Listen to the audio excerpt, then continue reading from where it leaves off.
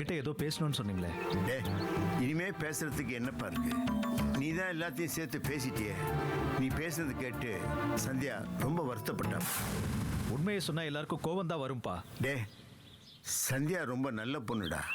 உண்மையிலேயே நீ என்னை மதிக்கிறதா இருந்தா அவகிட்ட மனம் விட்டு பேசு, உனக்கே எல்லாம் புரியும்.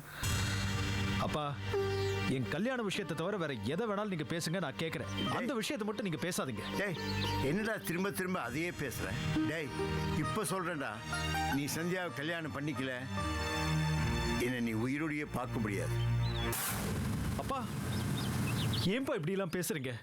கல்யாணம் பண்ணிக்க கூடாதுங்கிறது என் கொள்கை. அது உங்களுக்கே தெரியும். தெரிஞ்சிருந்தும் நீங்களே இப்படி பேசலாமா? டேய், கல்யாணம் பண்ணிக்க கூடாதுங்கிறது உன்னுடைய கொள்கை. நான் உயிரோடு இருக்கிறதுக்குள்ள நீ கல்யாணம் பண்ணிக்கணுங்கிறது என்னுடைய கொள்கை. ஏண்டா, அப்பாவுக்காக நீ உன் கொள்கையை விட்டு கொடுக்க கூடாதா? உனக்கு கொள்கை முக்கியமா இல்லை என் உயிர் முக்கியமா?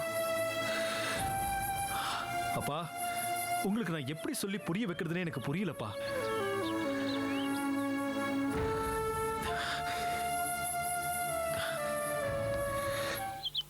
சரிப்பா, இதுக்கு மேல உங்க விருப்பம்.